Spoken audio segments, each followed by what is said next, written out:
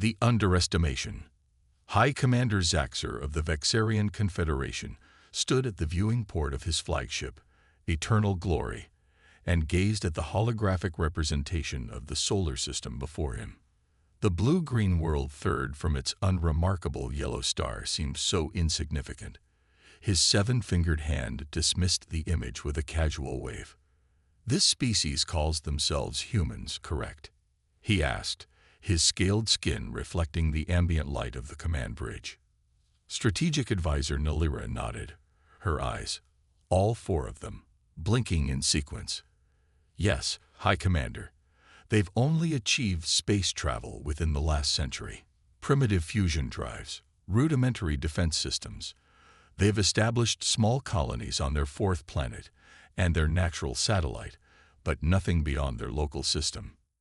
And yet they refused our generous offer of protection."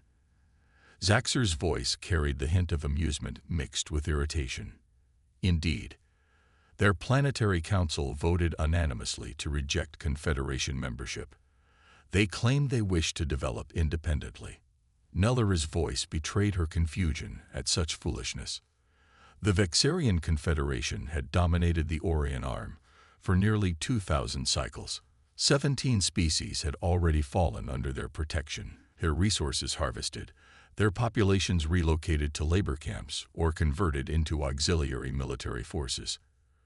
Earth would be no different, perhaps even easier given their apparent technological inferiority. "Begin the standard protocol," Zaxxer commanded. "Deploy the 7th Fleet to their system's edge. Establish forward bases on their outer planets. Cut communications and isolate them. The usual approach." "It will be done, High Commander." Nellira bowed deeply and exited the bridge. Within days, the massive Vexarian war fleet materialized at the edges of the solar system. 300 warships, ranging from nimble destroyers to the massive dreadnought Invincible Dominion, took positions near Neptune. The humans had been given one standard rotation to reconsider their refusal before the Confederation would help them understand the benefits of membership. On Earth, the news screens showed the Vexarian fleet's arrival.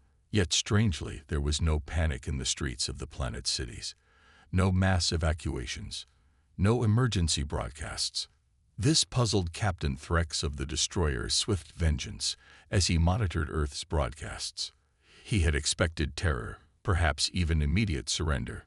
Instead, life seemed to continue normally. Even stranger, the humans had not deployed their meager defensive fleet.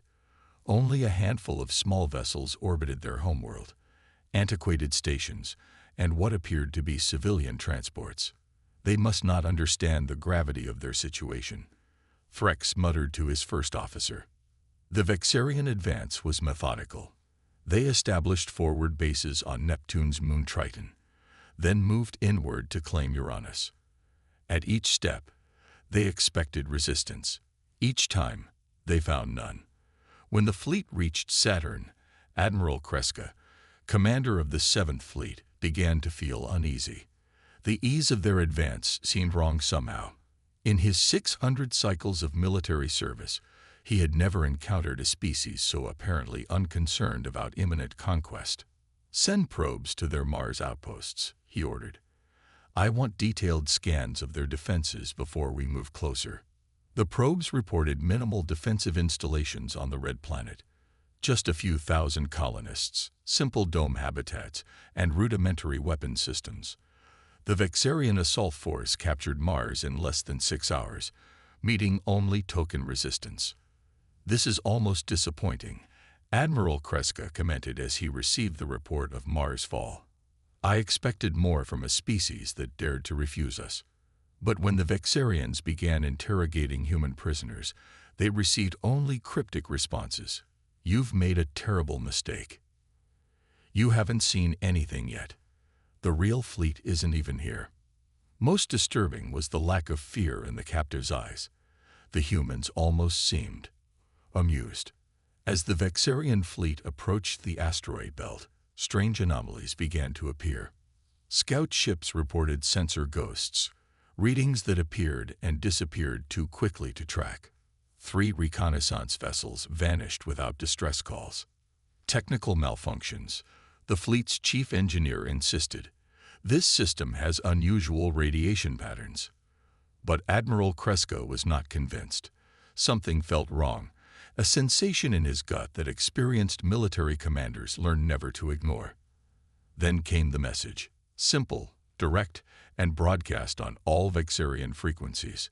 Vexarian Confederation forces, you are trespassing in protected space. Your presence here constitutes an act of war against the United Earth Alliance. Be advised. You have yet to encounter our primary defense forces.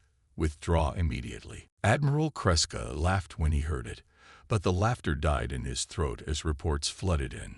2 destroyer groups in the outer system had gone silent. A base on Triton reported strange energy readings before all communication ceased. Launch fighters, Kreska ordered. Full sensor sweeps of all sectors. The fighters deployed, spreading throughout the system. Most reported nothing unusual. Then one squad, patrolling near Jupiter's orbit, transmitted frantic communications before going silent. Their final sensor readings showed nothing. Empty space, yet they had clearly encountered something. High Commander Zaxxer, now personally overseeing the operation from Eternal Glory, demanded answers. What is happening, Admiral? Are their defenses cloaked? Have they developed some technology our intelligence missed?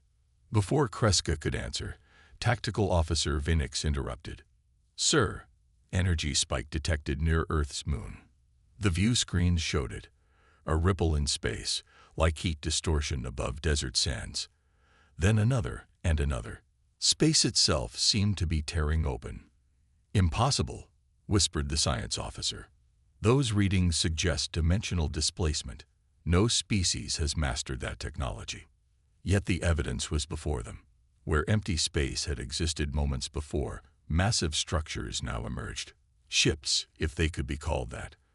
Unlike the sleek, standardized designs of the Confederation fleet, these vessels appeared unique, irregular, almost organic in their construction. Some were spherical, others looked like great arrowheads, still others defied conventional geometry altogether. How many? Demanded Zaxxer, his voice betraying his shock. We're counting. Over 500 major vessels, High Commander, reported Vinix. And they're still appearing. The realization hit the Vexarian command like a physical blow. The humans had hidden their true fleet in dimensional pockets, technology the Confederation had theorized but never achieved. Those small ships around Earth, the minimal defenses on Mars, they had been decoys, distractions. As the human fleet fully materialized, it began to move with coordinated precision. Not toward the main Vexarian force, but to surround them, cutting off retreat paths and isolating destroyer groups from each other. We need to consolidate our forces, Admiral Kreska urged. Pull everything back, Toe. He never finished the sentence. The first human attack came not as weapons fire, but as something far more insidious. Information systems throughout the Vexarian fleet began to fail. Navigation computers showed impossible coordinates. Communication channels filled with disorienting noise. They're in our systems, cried the Eternal Glory's chief of cybersecurity. But there's no breach point, no infiltration we can detect. Then came the second message from Earth. This is your final warning. Your ships are now compromised. Your weapon systems are under our control. Your engines will be next. The Vexarian Confederation has 1 hour to commence full withdrawal from this system. After that, we will be forced to demonstrate our primary offensive capabilities. You haven't even seen our main fleet yet. Zaxxer stared at the view screen, watching as more human ships continued to emerge from dimensional pockets throughout the system. His legendary confidence wavered for the first time in his 3-century military career. How? He whispered. How could we have been so wrong about them? In the observation deck of the Eternal Glory, Nalira watched as the human fleet took position. She had studied countless species, assessed threats from across the galaxy, but never had she miscalculated so dramatically. The humans hadn't just hidden their technology. They had created an elaborate facade of primitiveness, luring the Confederation into a trap of monumental proportions. And now, as the hour of ultimatum ticked away, the Vexarian Confederation faced something they had not experienced in thousands of years: the prospect of defeat. The revelation. Admiral Kreska had survived 3 major galactic conflicts and countless smaller engagements. He had never retreated, until today. "Begin systematic withdrawal," he ordered, his voice heavy with the unfamiliar taste of defeat. "Coordinate with all remaining vessels. Priority on the dreadnoughts and carriers." But the withdrawal would not be easy. The human fleet had positioned itself strategically, creating a complex web that would force the Vexarians to navigate a gauntlet to reach safe jumping distance. "High Commander," Tactical Officer Venix reported, "the human vessels are allowing small groups to depart, but they're maintaining their encirclement." Zaxxer nodded grimly. "They want us gone, but they're ensuring we don't try anything desperate." He turned to the communications officer. "Open a direct channel to their command." The screen flickered, and Zaxxer found himself facing not a uniformed military commander, but an ordinary-looking human woman. Her lack of obvious rank insignia or military decoration confused him. "This is Fleet Director Helena Chen of the United Earth Alliance," she said calmly. "I see you've chosen withdrawal over demonstration. A wise decision, High Commander Zaxxer." Zaxxer bristled at her casual tone. "You deceived us. You presented yourselves as primitive, defenseless." Chen's expression remained neutral. "We presented ourselves as we are, a species that wishes to develop independently. You saw what you expected to see, a vulnerable world ripe for conquest. That presumption was your error, not our deception." As they spoke, more human ships emerged from dimensional pockets throughout the system. These vessels were different, sleeker, smaller, and moving with impossible speed and agility as they patrolled the withdrawal routes. "Your technology," Zaxxer began, "is our own," Chen finished for him. "Humanity took a different path than most species. Instead of expanding outward, we expanded inward. We mastered dimensional engineering before we reached for the stars. Why build outposts across space when we could create virtually unlimited territory in dimensional pockets?" The implications staggered Zaxxer. A civilization that had solved space limitations without needing to physically expand would have no need for conquest. Their apparent limitation to their home system had not been technological inability but strategic choice. "The vessels you see," Chen continued, "represent approximately 20% of our defensive capacity. We maintain most of our civilization in dimensional space, invisible to conventional sensors." As if to emphasize her point, a massive structure began to materialize near Earth's moon, a construction that dwarfed even the largest Vexarian dreadnoughts. It resembled a vast ring, energy patterns flowing across its surface. "That," Chen said, "is one of our dimensional anchors. We have 7 more throughout this system, none visible until now." Admiral Kreska watched the feed from the bridge of the Invincible Dominion as it led the retreat. "They could have destroyed us at any time," he realized aloud. This was never a battle. It was a demonstration. The withdrawal proceeded under the watchful eyes of the human fleet. Several Vexarian captains, their pride wounded by the humiliation, attempted to deploy weapons despite orders. Their systems failed before they could fire, locked down by whatever technology the humans had used to infiltrate their controls. During the retreat, Nalira found herself invited to a separate communication channel. The face that greeted her belonged to an elderly human male. "Strategic Advisor Nalira," he said. "I am Dr. Marcus Wade, cynoanthropologist. I thought you might appreciate some context about us, professional to professional." Nalira's curiosity overcame her wounded pride. "You studied us extensively." Dr. Wade nodded. "As you studied us, the difference is, we recognize the pattern of the Vexarian Confederation from historical analysis. 17 subjugated species in 2,000 years. Always the same approach, the offer of protection, followed by isolation and conquest if refused. You could have shared your technology, joined the galactic community, Nilira argued. At what cost? Wei countered. To become the 18th conquered world. Or worse, to be forced into becoming conquerors ourselves as part of your military machine. No, strategic advisor. Humanity chose isolation because we needed time to determine who we wanted to be in this galaxy. As the last Vexarian vessels prepared to jump to faster-than-light travel at the edge of the system, High Commander Zaxxer received a final transmission from Helena Chen.